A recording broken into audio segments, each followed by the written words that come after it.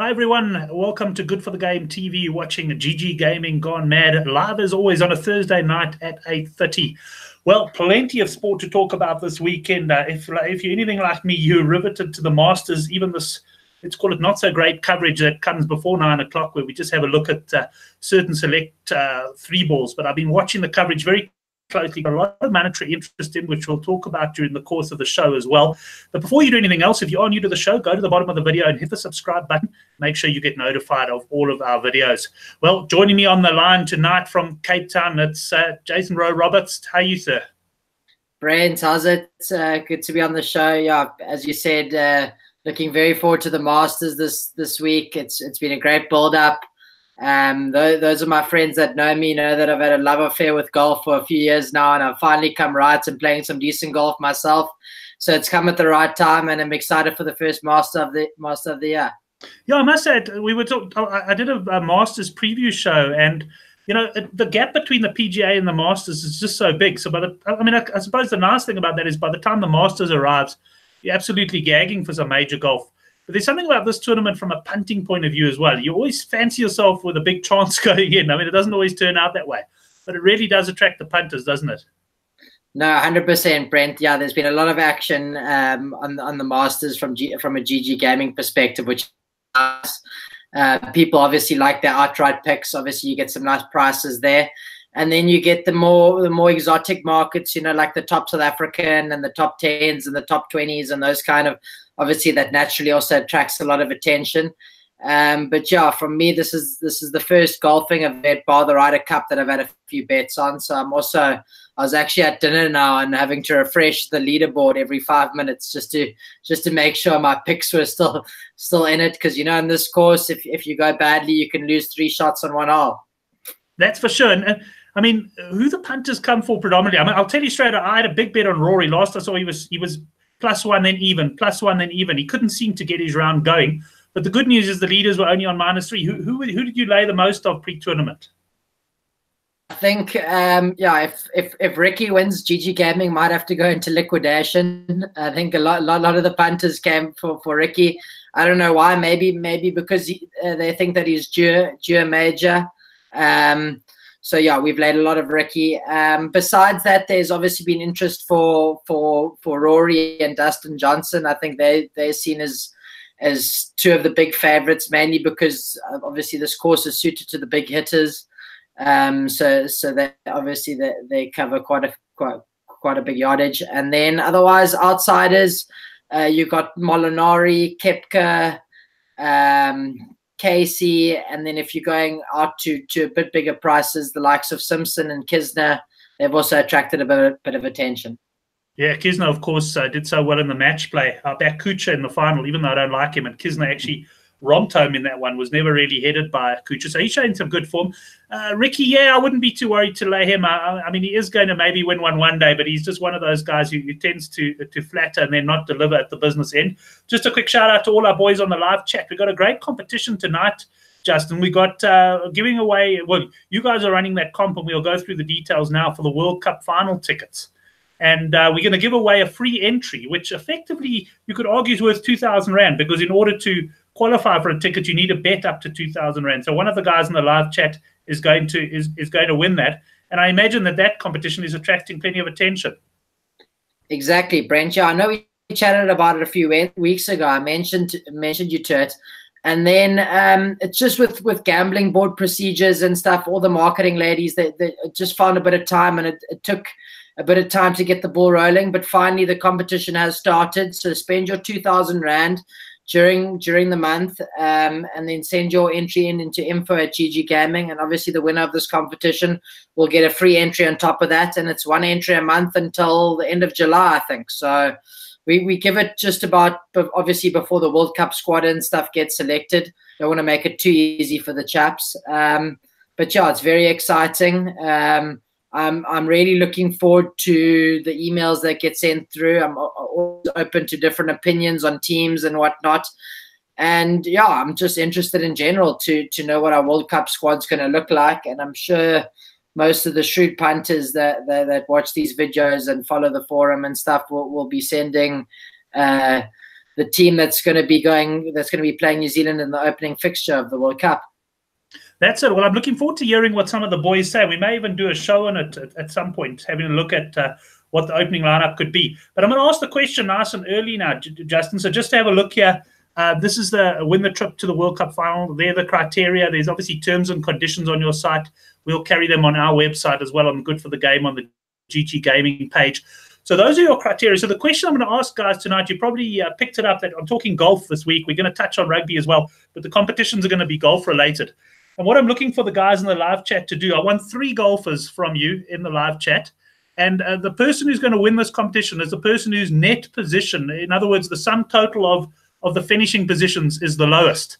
So you give me 3 golfers, and we'll add up their total finishing positions, and the person with the lowest total will win the competition. If we should get a tie for any reason, then we'll start from the top one on your list and then move to the second and the third until we get a winner there. So, guys, you can give it a bit of thought during the course of the show, but I want 3 golfers all in one post, please. And let's see. I'm interested to see some of the names in Etienne Breitenbach's first in Rory, Ricky, and Gary. Gary, who would that be?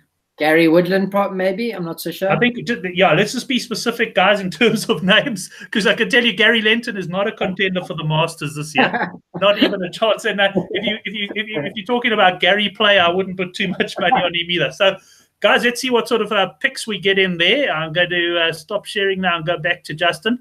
And Justin, will you guys be betting and running or updating betting? How's it going to work? 100%, Brent. So obviously, I'm very passionate about golf. Not so much from a punting perspective. I've never really got involved. I just love the sport. Love getting out for a round at least once a week. And Gary's also very passionate about golf. So I think Gary and I are going in on Sunday. We're going to be there from early in the round, and we're going to get some nice markets up in play on the final round while the boys watch on their couch. So yeah, we're gonna have some nice in-play betting definitely on Sunday night, and possibly on Saturday night. I haven't chatted to Gary fully, but maybe after the rugby on Saturday we get something up too. Excellent.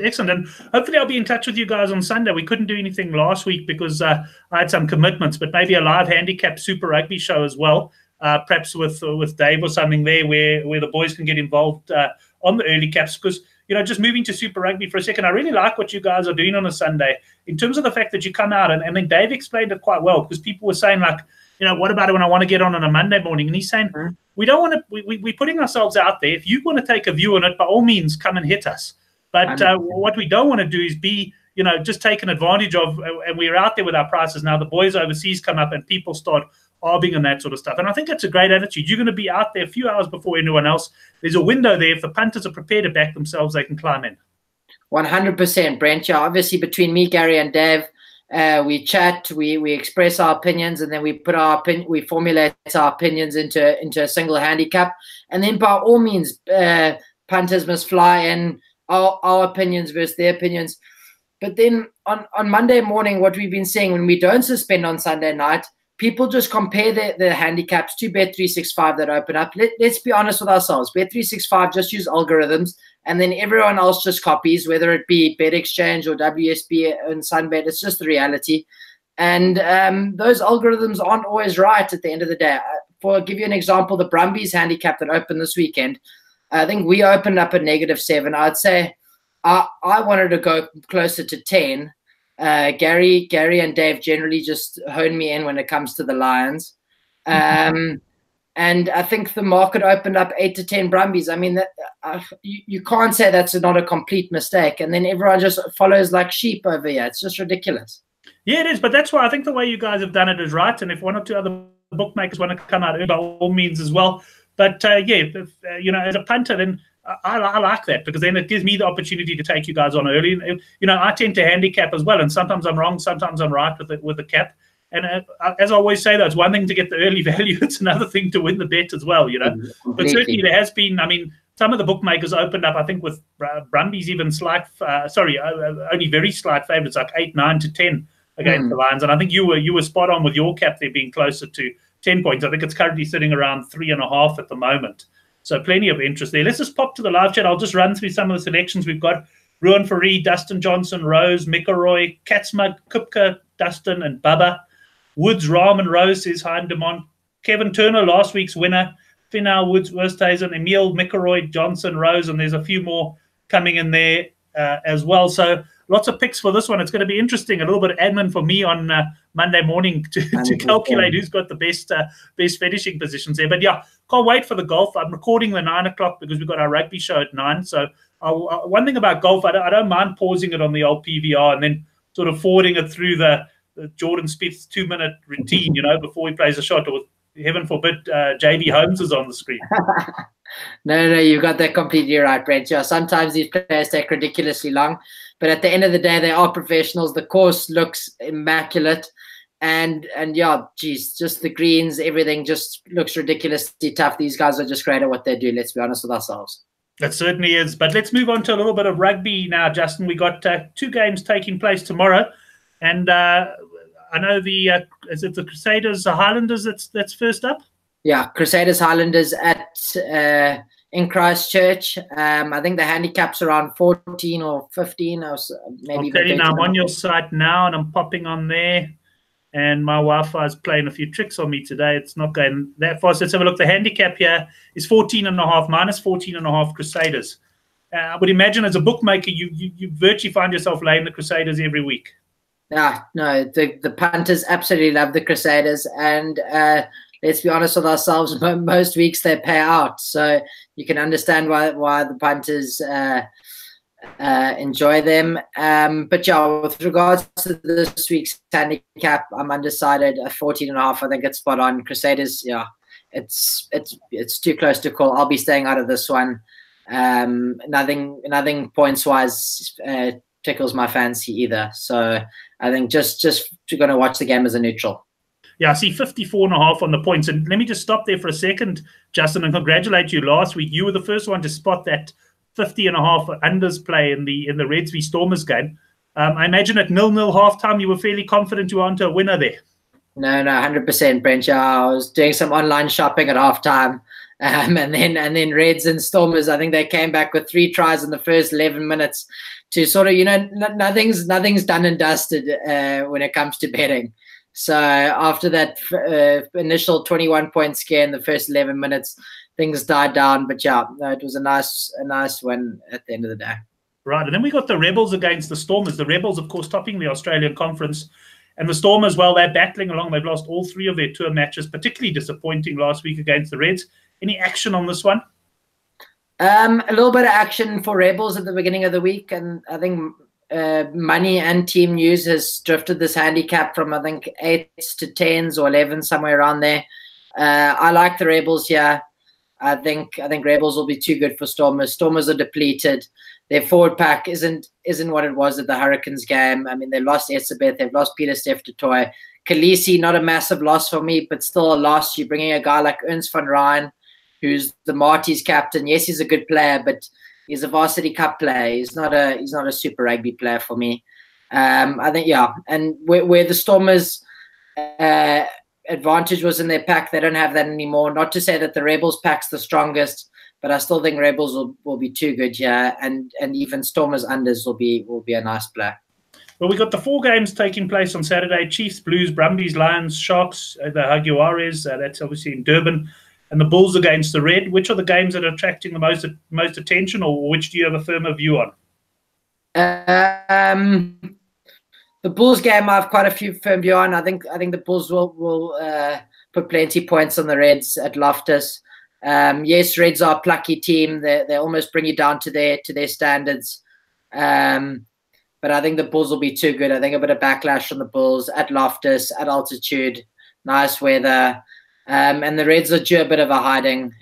They've been good. Brad Thorne's a good coach, good defense and whatnot. But yeah, I think the Bulls' onslaught's going to be a bit too much. And then otherwise, as I said, Brumbies earlier in the week, 8 to 10 was a steal everywhere else. We've actually brought us, I think, down to 4.5, 8 to 10 the minus, evens the plus. The only reason we do that is because we just can't have plus 7.5, because otherwise people will trade off us. So yeah, we're just sort of forced to bring it down almost. You're getting the whole market basically there. Exactly, but we have laid a lot of lines on the plus 4.5, which I'm happy as Larry to stand. Right. Well, I'm going to share my screen for a second. I just want to quickly pop over to one of the stats sites that I like to use, Pick and Go, it's called, and just take you through. Whoops, sorry, jumped off it there for a second. But take you through the Bulls-Reds record. Now, this is in Pretoria, and as you suggested, the Bulls, a very good record. There's 7 in a row. But interesting, if you look at the far right-hand side, it's telling you that all 7 of those victories have been by 13-plus points. So the Bulls have won convincingly. I mean, we've got the famous 92-3 victory that was way back in 2007. But the Bulls certainly do have a very strong record against the Reds at home. I must say, though, I've just got a sneaky feeling for these Reds. I don't think this Bulls side are all we thought they were. And Southpaw pointing out in the Good for the Game forum that this Reds are a fit bunch. They score some late tries. So it could be one of those handicaps that hang in the balance until quite late. 100%. Yeah, Brent, there's nothing worse than being a few points above the minus with a few minutes to go, and then it's all it is a consolation try for the away team, and that's your handicap done. Yeah, that's it. Well, let's go on to your bet for the day, because I must say, Justin, I think the guys are missing Gary. He actually missed a few bets, but you seem to be hitting your cert every week at the moment, a little bit like Gary when the show started. And it's Rebels, Brumbies, Bulls outright, all at 11-10. So those 3 must all win. So if you took that multiple on GGGaming, you would come to 11-10. And once again, we're going to do things slightly differently. We're going to run a Twitter competition here. If Justin is wrong, you will get your you will get your 1,000 Rand free bet if you win the competition. And it's on Twitter. And I want you to tweet the US Masters winner and the winning score. And if Justin's wrong with his pick, then you'll win the 1,000 bet. So you don't have to rush and do it now, because the competition will only close it at 5 o'clock on Saturday. So you can have a look on Saturday afternoon or after the second round and see who's in contention and pick your winner. But I want, for example, Woods -8. And then obviously, if there's 3 guys with the same winner, I'll look to see who's closest to the score to get a winner. I don't expect that we're going to get too many people saying the same thing. So it's a nice little competition for you guys there on Twitter. You can watch the show afterwards and have a good read of that. So no rush to get involved in that one now. Justin, then anything else on the weekend catch your eye? With the Varsity Cup final certainly coming on Monday. Have you guys thought about pricing that one yet? We haven't thought about it yet. We'll probably only do it on Monday, or maybe even, actually, Varsity Cup final, might even do it tomorrow, Friday. Give the guys a bit of a chance. I think the cap will stay quite constant. I saw on, I think WSB, it's 12.5. I think that's pretty well set for a final. It takes on a bad team. But yeah, Marty's just look too good. I don't see them losing the final. They look a quality outfit. Well, I'm pleased you pointed that out. I hadn't looked at the quotes yet. I was going to handicap this game closer to 20 points, Justin, I must tell you. I think I agree with you, Tucks are good. They pushed Marty's to within 2 points when they played in Pretoria. But I still felt they were almost a bit fortunate to get within the 2 points. I still think Marty's sort of dominated large periods of the game. And from what I've seen of this Marty's side, nothing's going to stand in their way. And I wouldn't be surprised to see a very one-sided final here, even though, as you say, Tucks are certainly not a bad side, but they were given a big run by Picker. And I'm going to suggest that this handicap is going to start closer to the 20-point mark. No, Brett, I think you're onto a good thing there. I myself have lost a lot of money backing pluses at Marty's and away from Marty's and stuff. Yeah, the Varsity Cup's just been a hole for me. But yeah, no, you're right there. I think I'm going to stay out just because I'm a bit low on confidence in this tournament, to say the least. So yeah, looking forward to the final and looking forward to it ending. And I've actually got a few mates.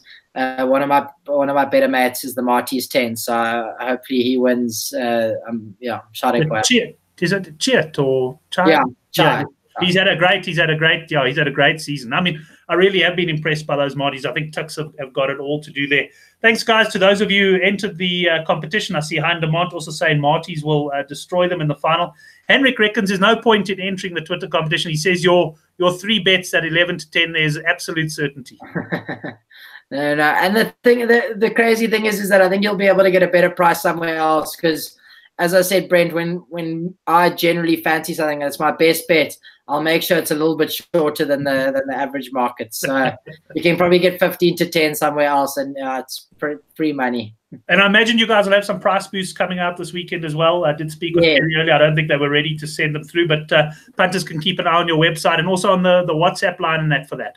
100%, Brent. So I'm going to make a concerted effort. I've been really poor. I know I've been saying I'm going to put rugby price boosts and this and that and promising the world. Anyway, so I'm going to chat to Gary tomorrow. I'm going to get rugby, golf, you name it, it's out there. It'll be out on WhatsApp. I know guys don't generally scan the site, but if you go on our carousel kind of thing, you'll see the promos and whatnot. But I'll make sure WhatsApps are sent.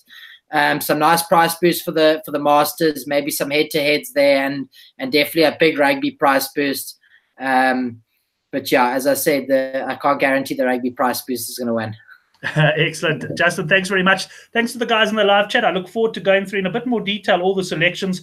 If you've come on the show late, because I have noticed that often with these shows, people sort of join late on, there's still time to put your 3 golfers in while we do the wrap-up here. We need 3 golfers, and the lowest net finishing position of the 3 will win that entry into that competition with GGGaming. Of course, then you have to select your team. Justin, just quickly on that. If you win a ticket, at what point do you have to select your team? Must you do it straight after winning, or can you wait until the day before the competition closes to select your team? Yeah, you can, but I see what you're talking about. So are you saying that you win your ticket and you almost want to see Super Rugby form and whatnot to formulate an opinion? Okay, that is a bit of a grey area, Brent. I'm not going to lie. I've thrown you a curveball there. I'll tell you what my view is. My view is that when you win your ticket, or whether it be at the end of the month for betting the 2,000 Rand, or so, I say you got to pick your team there and then. And then you come in the next month, and you obviously have to get another ticket. Then I think that's the way you guys should go. It's actually a no-brainer. I'm sorry. You spend your money for the month.